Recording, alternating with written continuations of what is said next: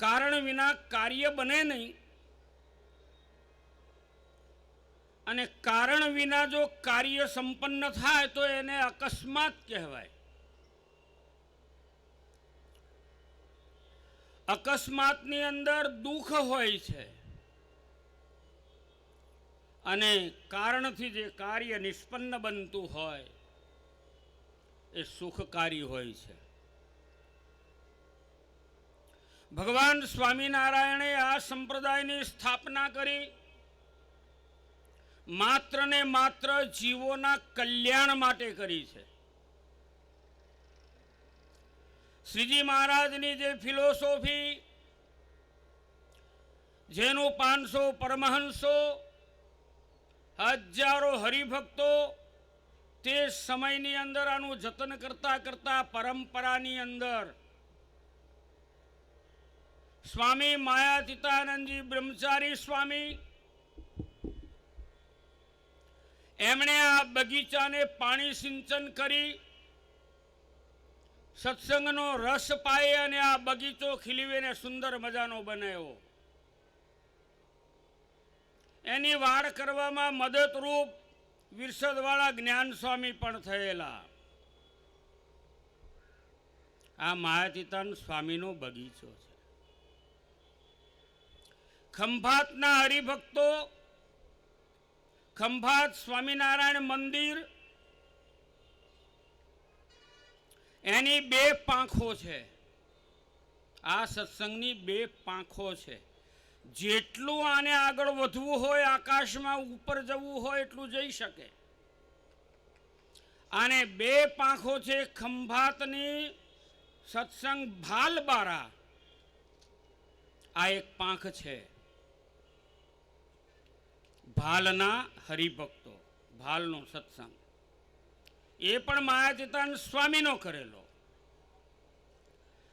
બીજી પાંખ છે મહેતપુર ગામ સમસ્ત સત્સંગ સમુદાય. આ ખંભાતના સત્સંગની 2 પાંખો છે. આ 2 પાંખો ના હોય તો સત્સંગ ઉડી ના શકે, આકાશમાં ઉપર પ્રગતિ ના કરી શકે. પરંપરામાં વડતાલ લક્ષ્મીનારાયણ દેવની સંસ્થાનું સ્વામિનારાયણ મંદિર ખંભાત,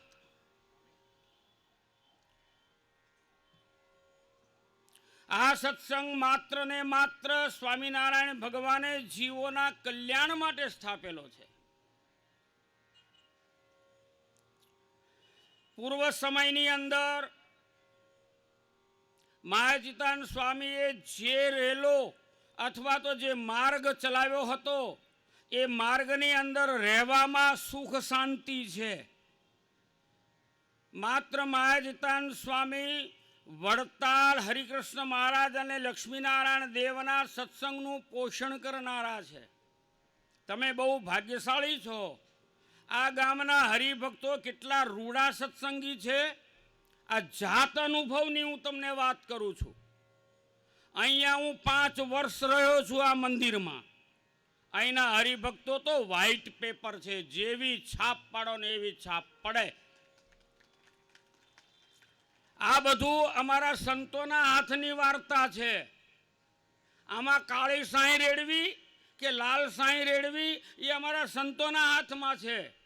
પહેલાં તો આખા બ્રહ્માંડમાં એક ભૂમંડળ હતું, પણ હવે તો કેટલાય એવા મંડળ થઈ ગયા. તારા મંડળ ને ફલાણા મંડળ ને ગ્રહ મંડળ ને આ બધા મંડળો બહુ થઈ ગયા. ગ્રુપવારી સ્વામિનારાયણ ભગવાનનું એક જ મંડળ રાખવું અને શ્રીજી મહારાજે જે સ્થાપેલું છે આ સત્સંગ મંડળ એમાં રહેવું. જો આડા અવળા ગયા ને તો પૂરમાં ક્યાં તણાઈ જઈએ. સ્વામિનારાયણ સંપ્રદાય માત્ર ને માત્ર ઈશ્વર પ્રધાન સંપ્રદાય છે, ભગવાન પ્રધાન સંપ્રદાય છે. અહીંયા કોઈ વ્યક્તિનું અસ્તિત્વ નથી. આ વ્યક્તિ મહિમાનો સંપ્રદાય નથી. આ દેવ પ્રધાન સંપ્રદાય છે. આને જો વ્યક્તિ પ્રધાન સંપ્રદાય હોય તો સ્વામિનારાયણની મૂર્તિ ના હોય, રામાનંદ સ્વામીની મૂર્તિઓ હોય મંદિરોમાં. જો વ્યક્તિ પ્રધાન આ સંપ્રદાય હોય તો ગોપાળાનંદ સ્વામીની મૂર્તિઓ હોય. હરિકૃષ્ણ મહારાજ તો પછી આવ્યા, સ્વામિનારાયણ પછી આવ્યા, પણ આ તો દેવ પ્રધાન સંપ્રદાય છે. અને દેવ પ્રધાન સંપ્રદાય પણ આ સમય એવો છે ને, માન પાન ખાન તાન આ બધું જો મળતું હોય તો માણસ સિદ્ધાંતને પણ છોડી દેવા માટે તૈયાર છે. માનું મળદું પડ્યું હોય ને ઉપર બેસી જા અને તો લાખ રૂપિયા આપું એમ કરી અને એને લાખ રૂપિયાની લાલચ છે, યા કોઈ પણ લાલચના કારણે માના મળદા ઉપર બેસીને ભોજન પણ કરી લે. સ્વામિનારાયણ ભગવાનની જે ફિલોસોફી છે ઈશ્વર પ્રધાન આ સંપ્રદાય છે. તો શ્રીજી મહારાજે સંપ્રદાયની જે પ્રણાલિકા બનાવી છે એમાં શું જમાનાની ઝડપ કંઈ સમજાતું નથી, શું જમાનાની ઝડપ કંઈ સમજાતું નથી. કાલ કમ્પાઉન્ડર હતા તે આજ ડૉક્ટર થઈ ગયા, શું જમાનાની ઝડપ કંઈ સમજાતું નથી. કાલ કંડક્ટર હતા તે આજ ડાયરેક્ટર થઈ ગયા, શું જમાનાની ઝડપ કાંઈ સમજાતું નથી. કાલ ડોર કીપર હતા તે આજે ડાયરેક્ટર થઈ ગયા, શું જમાનાની ઝડપ કાંઈ સમજાતું નથી. શાસ્ત્રી હરિજીવનદાસજી વડતાલના પ્રખર પંડિત વિદ્વાન, 2 ચોપડી ભણેલા, માત્ર 2 ચોપડી ભણેલા શાસ્ત્રી હરિજીવનદાસજીને બંને દેશની ગાડીમાં કોણ નથી ઓળખતું. એ જ્યાં સુધી આ પૃથ્વી ઉપર વડતાલમાં જીવિત હતા ત્યાં સુધી ડેંડવાઓ બધા જ પાણીની અંદર બખલોની અંદર ભરાઈ રહેતા હતા. એ શાસ્ત્રીજી ગયા ને એટલે પછી ડેંડવાઓ ફેણ મંડ્યા મારવા. શું જમાનાની ઝડપ કાંઈ સમજાતું નથી. સ્વામિનારાયણ ભગવાન શિક્ષાપત્રીમાં લખે, મને એમ લાગે છે કદાચ શિક્ષાપત્રી પણ નવી બનશે 5-25 વર્ષમાં. મન ફાવે એવું, જેમ ફાવે તેમ, જેને જેમ નાચવું હોય તેમ. એટલે આ તો બોડી બોમણીનું ખેતર છે સ્વામિનારાયણ સંપ્રદાય એટલે અમે જ્યાં સુધી જીવશું ને ત્યાં સુધી તો આ સ્વામિનારાયણ ભગવાનના સિદ્ધાંતને વળગીને એની જ વાત કરવાના છીએ. એક એવું વાર્તા પણ સમજવામાં અને જાણવામાં આવે છે કે સૈદ્ધાંતિક રીતે સાહિત્યના ક્ષેત્રમાં, પદ્યના ક્ષેત્રમાં, ગદ્યના ક્ષેત્રની અંદર, ધર્મશાસ્ત્રોની અંદર જે ફેરફાર કરવા, આ તો કેવા ગદ્દારોનું કામ છે કે સ્વામિનારાયણ ભગવાનનું કરેલું જે છે એની ઉપર કૂછડો મારવાની વાતો છે. આ બિલકુલ સાખી નહીં લેવાય. તો આપ સૌ હરિભક્તો, સ્વામિનારાયણ ભગવાને જે આ પ્રવર્તાવેલો સત્સંગ, એનો જે ધોરી માર્ગ છે, લક્ષ્મીનારાયણ દેવ, જબરેશ્વર મહારાજ અને એના સાધુ અને એના આચાર્ય, એના આશ્રય તમે રહેજો અને એ પ્રમાણે વર્તશો તો કલ્યાણ તમારું નિશ્ચિત છે. જો બહાર ગયા તો સ્વામિનારાયણ ભગવાન એની કોઈ જવાબદારી રહેશે નહીં. આ સાધુ અહીંયા કથા કરે છે, સરજુદાસજી શાસ્ત્રી સ્વામી, બંને દેશમાં ફેમસ છે, પ્રસિદ્ધ છે, બધુંય છે, સારું છે. કથા બહુ સુંદર અને રસાળ કરે છે. પણ એક વસ્તુ એમનામાં મને જોવા મળે છે. લોકમાન્ય ગંગાધર તિલક એને 3 વવ્વા આપ્યા છે, 3 વ: મંતવ્ય, વક્તવ્ય અને કર્તવ્ય. માણસ જેવું માનતો હોય, મનમાં જેવું રાખતો હોય એવું એ બોલે છે, જેવું માને એવું બોલે, અને જેવું માને છે એવું બોલે છે.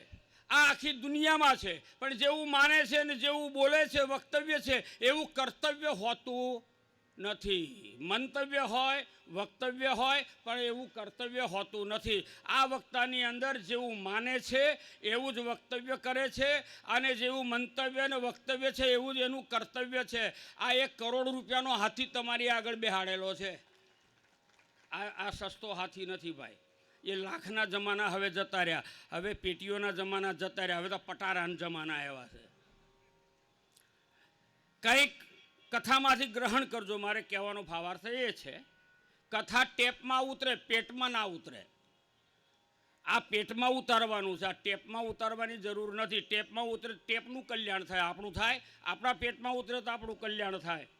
આ અમારું સંત મંડળ, આ વેદાંત સ્વામી, એમના ગુરુ સ્વામી હરિકૃષ્ણદાસજી અને કૃષ્ણવલ્લભ સ્વામી, એમના ગુરુ શાસ્ત્રી કૃષ્ણચરણદાસજી, એ મારા પરમ સ્નેહી હતા. અને દર એકાદશીએ ફરાળ કરવા હું એમના ઘેર જતો હતો. આ ઉપકાર મારાથી કેમ ભૂલાય?